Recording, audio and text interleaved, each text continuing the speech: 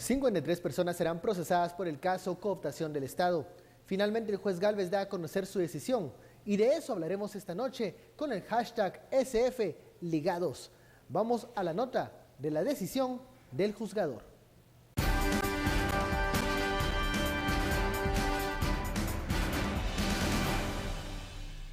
A las 9:50, el juez B de mayor riesgo, Miguel Ángel Gálvez, reanudó la audiencia de primera declaración. Luego de 5 días de fundamentar su resolución, Gálvez decidió que existían indicios necesarios para abrir a proceso penal contra Otto Pérez Molina, Roxana Valdetti y 51 sindicados más, de participar en una red que se benefició de los contratos del Estado. Reparé en una compra de una propiedad y que me había llamado la atención porque tenía un valor de 600,000 quetzales y la misma persona, la misma representante legal manifestó que estaban alquilando la propiedad en 39,000 y pico, pongámosle 40, y me llamó la atención porque dije, si es así, en un año se va a pagar la propiedad, entonces consideré prudente también analizarlo.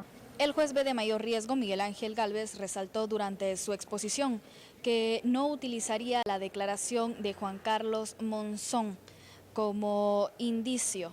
En este caso, se basó en lo que es la declaración de Estuardo González, alias ECO, como los documentos que se encontraron el 16 de abril del 2015. En la terminal de contenedores Quetzal, ahí se dictaron órdenes de aprehensión y cuando van las órdenes de aprehensión, se dictan las diligencias de allanamiento, inspección y registro.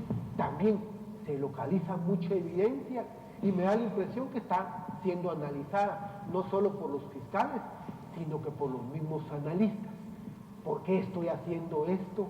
Bueno, entonces, ¿será que el soporte de la declaración de Carlos Monzón fue lo que me sirvió para dictar las órdenes de aprehensión? Pues se dan cuenta que no, es más, ni utilicé la declaración de Juan Carlos Monzón. Durante la exposición, el juez resaltó los documentos financieros que se encontraron en los allanamientos y en las oficinas de quienes han sido considerados por el Ministerio Público de llevar la parte financiera de la organización criminal: Víctor Hugo Hernández, Estuardo González y Mario Contreras.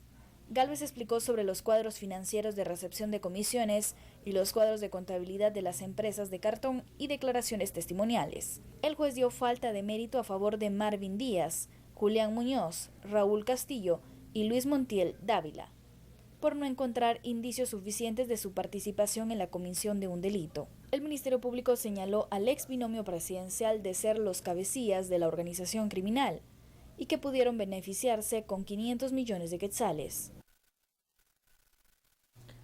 Bienvenidos a Sin Filtro, noche de miércoles. Finalmente conocemos la decisión del juez Miguel Ángel Gálvez respecto al caso cooptación del Estado, luego de casi 5 jornadas escuchando una explicación que realizó el juzgador de cómo iba a resolver, cómo iba a decidir. Bueno, hoy conocemos, son 53 los procesados, a algunos se les dictaminó falta de méritos, de eso vamos a profundizar en estos 30 minutos de análisis. Ya lo sabe, puede enviar sus comentarios con la etiqueta SFLigados. Damos la bienvenida a nuestros analistas, Fernando Espina y Filip Chicola. Muy buenas noches. Buenas noches. Hola, Ben. Hola, Filip.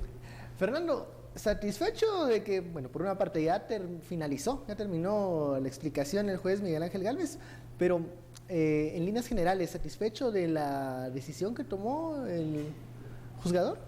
Sí, definitivamente satisfecho. Me parece que es una resolución que está apegada a derecho. Se ha escuchado muchas críticas, muchos chistes y comentarios acerca de las grandes justificaciones y de los silogismos, de cómo el juez iba diciendo qué valoración le daba a cada documento que observaba o a cada prueba que se le presentaba. Pero yo creo que justamente en eso pues radica en este caso la bondad del juez Gálvez, la bondad de explicarnos a todos los guatemaltecos, a los guatemaltecos de a pie, a los que sabemos de derecho, a los que no saben de derecho, cómo es un proceso, porque él fue desmenuzando cada una de las pruebas. Y por eso nosotros veíamos en el sentir popular, había quien decía, ¿y si el juez no falla como la gente quiere?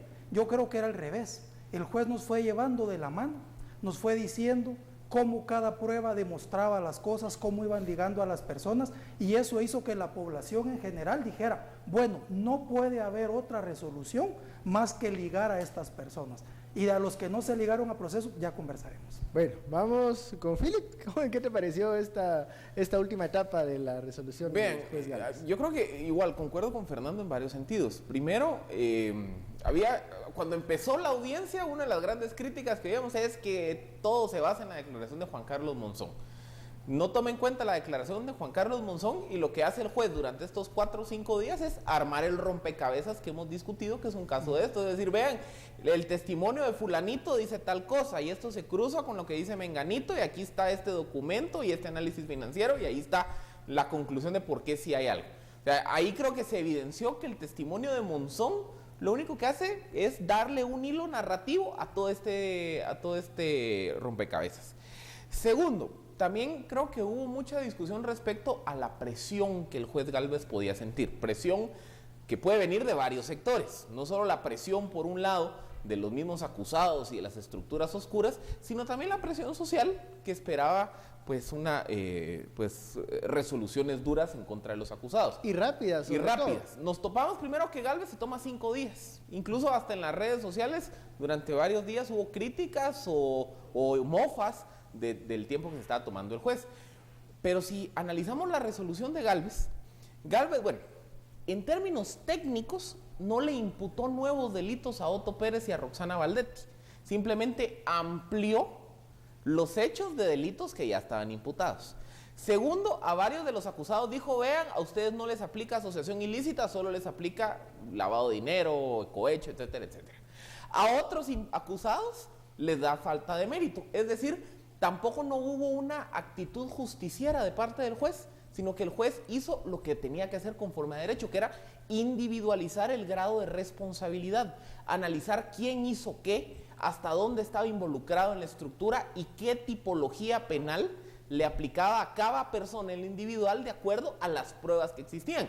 Por eso hoy tenemos una resolución que hay desde falta de méritos en alguno hasta ligar a proceso por 3, 4, 5 delitos a otros, con toda la gama intermedia, ¿verdad? Muy bien, vamos a la primera pausa, nos quedamos, yo sé que Fernando quiere decir algo, sobre todo con la falta de mérito de algunos, en algunas decisiones del juez Miguel Ángel Gálvez. Regresamos luego de esta pausa, ya lo sabe, envíe sus comentarios, opiniones con la etiqueta SF Ligados.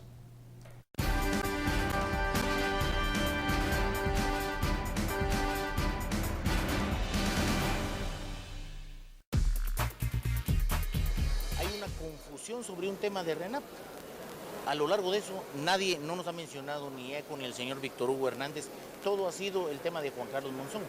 Si el señor juez dice, voy a dejar de lado la declaración de Monzón, entonces ¿en qué quedamos? ¿Sí? Si es la declaración de él la que nos tiene a nosotros aquí.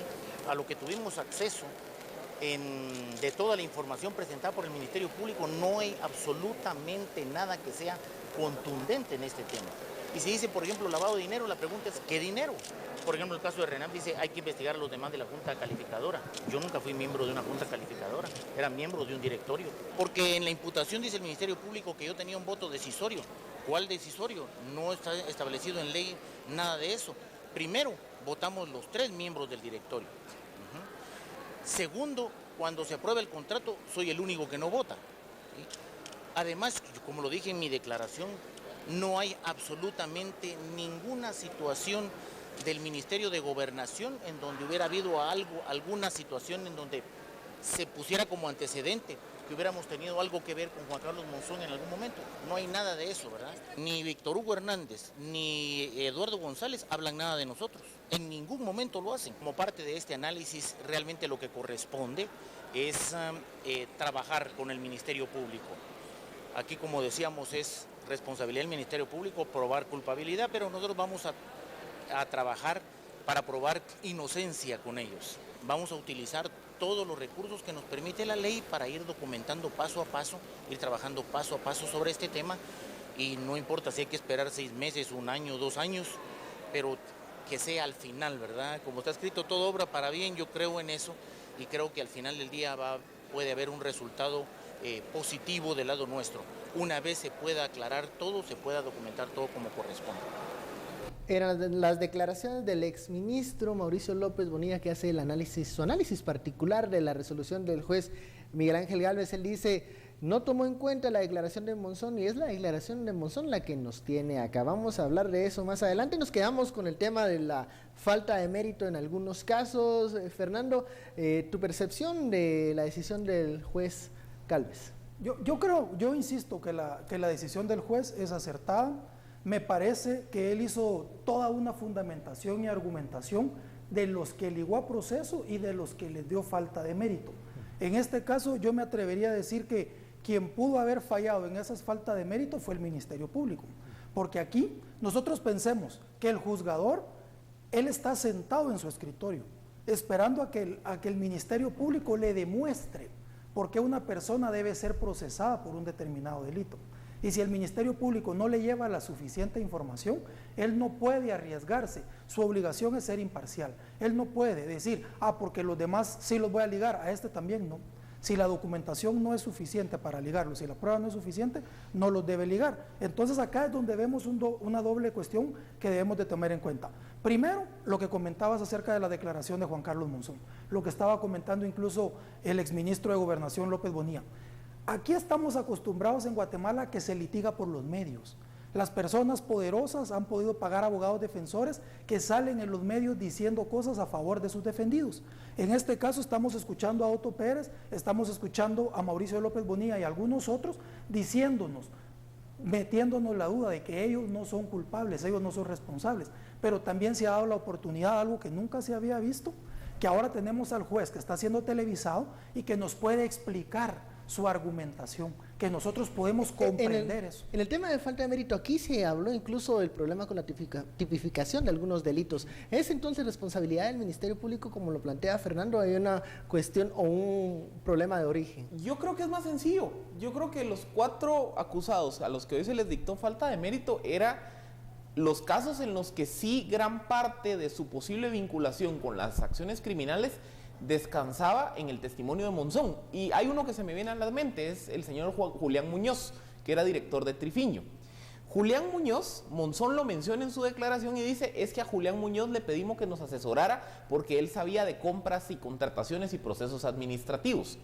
Seguramente en la investigación del Ministerio Público, el resto de documentos o el resto de testimonios no permitían vincular directamente al señor Muñoz con otro tipo de medio de investigación, y el eje central era la declaración de Monzón.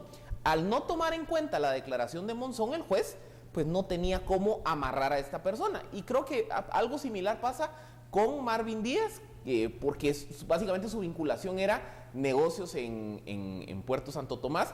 Y luego está el caso de Luis Montiel, que el caso de Luis Montiel es interesante, porque ahí la valoración es otra. Luis Montiel es un abogado que notariza varias sociedades anónimas. Y entonces la pregunta del juez es, ¿él sabía que esas sociedades anónimas iban a ser utilizadas posteriormente para lavar dinero, sí o no?